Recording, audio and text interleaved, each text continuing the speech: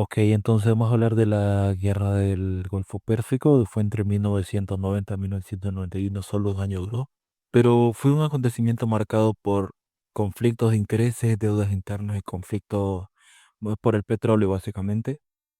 Esto ocurrió entre Irán e Irak, donde el líder de Irak, Hussein Hussein, este, aquí tienen una imagen de que fue muy significativa para ese momento. Y esta fue tomada por Getty Images y lo demás. En fin.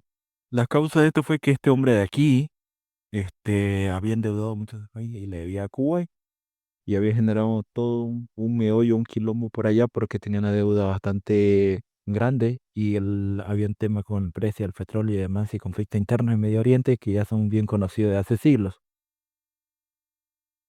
Este hombre decidió entonces invadir con aproximadamente entre 100.000 soldados por ahí enviados a Kuwait con tal de invadir de forma arbitraria este lugar. Y fue lo que empezó este conflicto.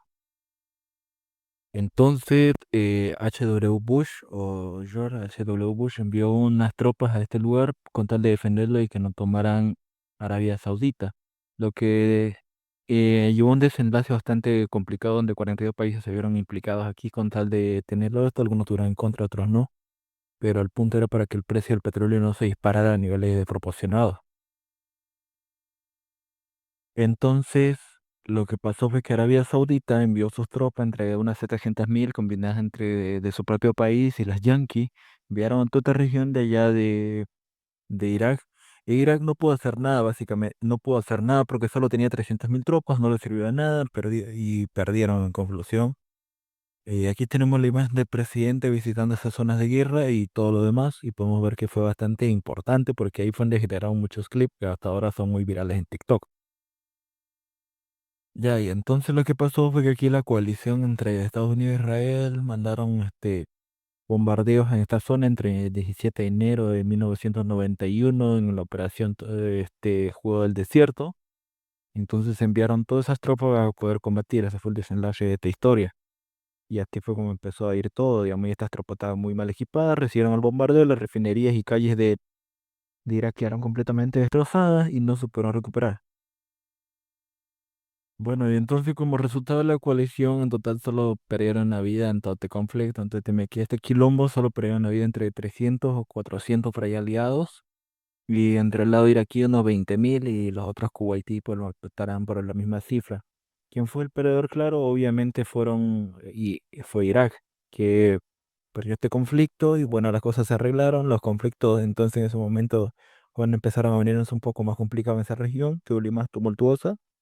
Y al final este hombre recién en el año 2003, Saddam Hussein lo pudieron retirar del poder y digamos, fue destituido más o menos recién después de mucho tiempo que había pasado este conflicto.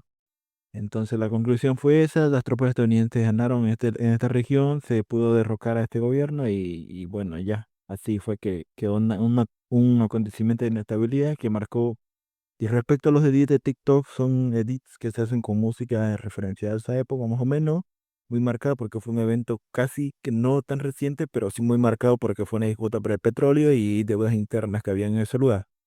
Y esto fue todo el video, espero que les hubiera gustado y para que lo busquen por ahí, si tienen la curiosidad de investigar un poco más por internet, estaban por ahí la información. Yo lo hice nomás porque, por pasión al arte y porque me parece muy interesante lo que pasó, digamos. Fue una época en la que yo no estaba, pero aún así fue un conflicto global que marcó un precedente para los días actuales.